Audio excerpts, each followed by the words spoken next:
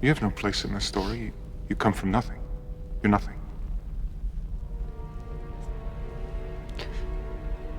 But not to me.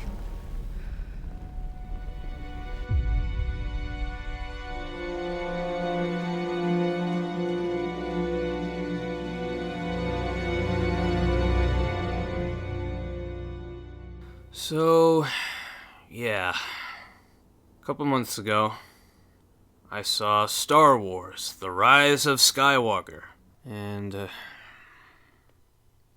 it was not great. I really wanted to love this movie, but I just liked it, kinda. I still enjoyed watching the film, and there are things about it that are good, but it's not without its issues. Now, on its own, it's not that bad of a film, but as the ending to the entire Skywalker saga, I can't help but feel disappointed at how things turned out. It could have been a whole lot better than this.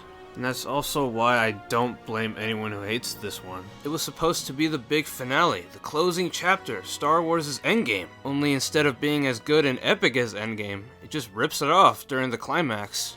And as a whole, ends up being pretty meh. When I finished watching The Force Awakens for the first time, I left the theater with a big smile on my face.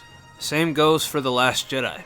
But after I saw this, all I said was, okay, it was alright. At the time, it was a 7 out of 10 movie for me.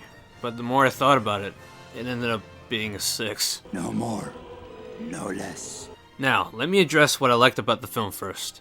Biggest positive? The music. In all 9 films, John Williams has blessed us with amazing and memorable tracks. It's been a blast hearing him compose for these films. And knowing that this is it for him as far as Star Wars is kind of upsetting, but I'm glad he was able to finish it. The visual effects and sets were still amazing, and I gotta give the VFX team props for being able to insert Carrie Fisher into certain scenes. The dialogue may be unnatural, but making it work into the narrative was not without effort. I'd like to see something like this done again, because it's pretty impressive. Also, the performances were great, especially from Daisy Ridley and Adam Driver. Speaking of which, I really enjoyed Kylo Ren / Ben Solo in this. From the beginning of the film, I was worried he wasn't going to be a worthy supreme leader, but I gotta say, he was a very composed and intimidating leader this time around, even with the mask. And his redemption could have had a little bit more significance to the plot, but they still handled it pretty well. I don't give a fuck what anyone says. Kylo Ren has the most consistent arc in this entire trilogy. Changed my mind. Also, that Han Solo scene was pretty emotional. The dynamic between Rey and Kylo was just as interesting as it was in the last one. The fight they had in the Death Star wreckage was intense, and that Force transference fight they had was pretty dope. Also, their Reylo moment was pretty epic. No, not that one. Yeah, this one. I love the trio, man. Ever since I saw The Force Awakens, I've wanted to see these three interact with each other, go on an adventure, fight off the First Order as a trio, and this movie gave me that.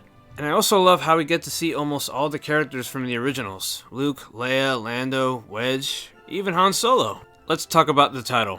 A lot of people are like, why is it called The Rise of Skywalker? Ben Solo barely contributed to Palpatine's death since he's the lost Skywalker. Well, he did perform a good deed by helping Rey defeat the Emperor and reviving her life force, and Rey kept the name Skywalker alive by adopting the name. But to me, the title wasn't just literal. Remember that scene where all the ships showed up at the end?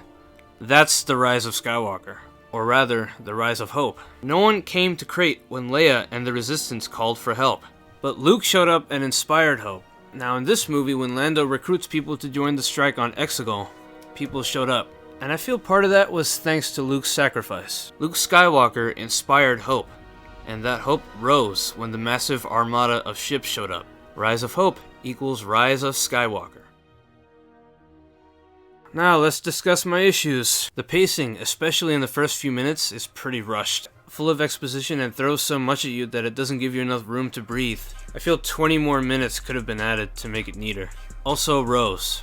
Why did they sideline her so much in this movie after her big role in The Last Jedi? Oh. I mean, come on, if anything, she should be part of the main crew. She doesn't have to have as big of a role as she did in Last Jedi, just have her tag along for the ride. I would have liked to have seen the dynamic between all four of them, instead of seeing her being reduced to a spec analyst. At the very least, you could have had her in the Falcon with Poe and Finn in the beginning of the film. That way she can take second gunner position, and we can get some cute banter between Finn and Rose. Which reminds me, are Finn and Rose a thing at all? Cause there are about a couple of moments in the film where Finn and Rose interact in a way that they're still dating but are trying to keep it professional on military grounds. But by the end of the movie, you have an on-screen kiss with two random characters that aren't important to the story. So why not give them an on-screen kiss by the end of the film or something? If Kelly Marie Tran requested to have a smaller role in this film after all the unnecessary bullshit she got after the last one, I'd get it. But if it was JJ's idea, or Disney's, I don't think reducing her to a background character was the way to go. Also, Finn doesn't really do much in the film. I mean, sure, by the end of the movie, he's proven to be a very determined leader, while also leading ex-stormtroopers into battle, which I thought was cool. But that's about the best thing they gave him to do. Also, apparently he's force sensitive. They could have done something with this. How cool would it have been to see Finn try to crush the command deck using the Force? He probably wouldn't have been successful, but at least he would have done something with it. Broom Boy did something with it. Let's discuss C-3PO real quick. C-3PO being more involved in the story was a welcomed addition, but his subplot makes no sense. They find a dagger that's a clue to finding this Sith Wayfinder that leads to Exegol, but his programming forbids him from translating the Sith language. Maybe she wrote it down. Alright, real quick, first of all, he was built by Anakin as a kid, right? So how would he have that fucking programming in it? Fuck it, let's just move on. So they go to Kijimi to find a black market droid smith named Babu Frick to hack into his mind. And the downside to getting him to translate the language is to wipe his memory? How would they get the translation? One could argue that the memory wipe took place after the translation process, but it didn't. Because there's a brief scene where we see Babu hack into his mind, and as soon as he says, "Wait, I just remembered, there's something else we could try," his brain gets fried. And the fact that Rey walked off as if to say, "Yeah, I can't be here right now," indicates that the C-3PO they remember was in that instant gone. His memory was wiped at that exact moment, before the translation process. It doesn't make any sense as to how they were able to translate it from a memory that doesn't exist at that point. Also, why wipe his memory if you're just gonna have R2 restore it later? Fuck's sake, dude. Alright, let's discuss the Sith Lord in the room, shall we? Said it. After seeing the first trailer, I was honestly excited to see Palpatine again. But after seeing the movie, I really wished they hadn't made that move. Ian McDiarmid looked like he was enjoying himself though. His performance, as always, was excellent, and he was mostly creepy in this. But they barely explain how he came back. Sure, we found out he made Snoke, but what about him? How did he come back to life after being thrown down an elevator shaft and blowing up? Hard to come back from that one. Let's discuss the big reveal now. I'm not too mad about Rey Palpatine, because Rey being the granddaughter of Palpatine and Kylo being the grandson of Vader makes the two a dyad in the Force, which is pretty dope. But I do wish that they kept her a nobody and not connect her to the original films. She was more interesting as a nobody, and we all know why they made her a Palpatine. Raise a Mary Sue! Fuck this feminist propaganda shit! How's she doing that without training? The only one who should have a connection is Ben Solo, the last Skywalker. Plus, Rey Palpatine doesn't sound right for some reason. Rey Kenobi has a way better ring to it. Even Rey Solo. Rey Skywalker? Maybe? I mean, they do make that a thing at the end of this film. I don't know, they say Palpatine's return was planned, but I think that's bullshit. It may seem that way, since Rey's dark nature is alluded to in the previous films, but it could have been just foreshadowing for her turning to the dark side, instead of being related to Palpatine. Also, how the fuck did Leia know that Rey was a Palpatine? Just how?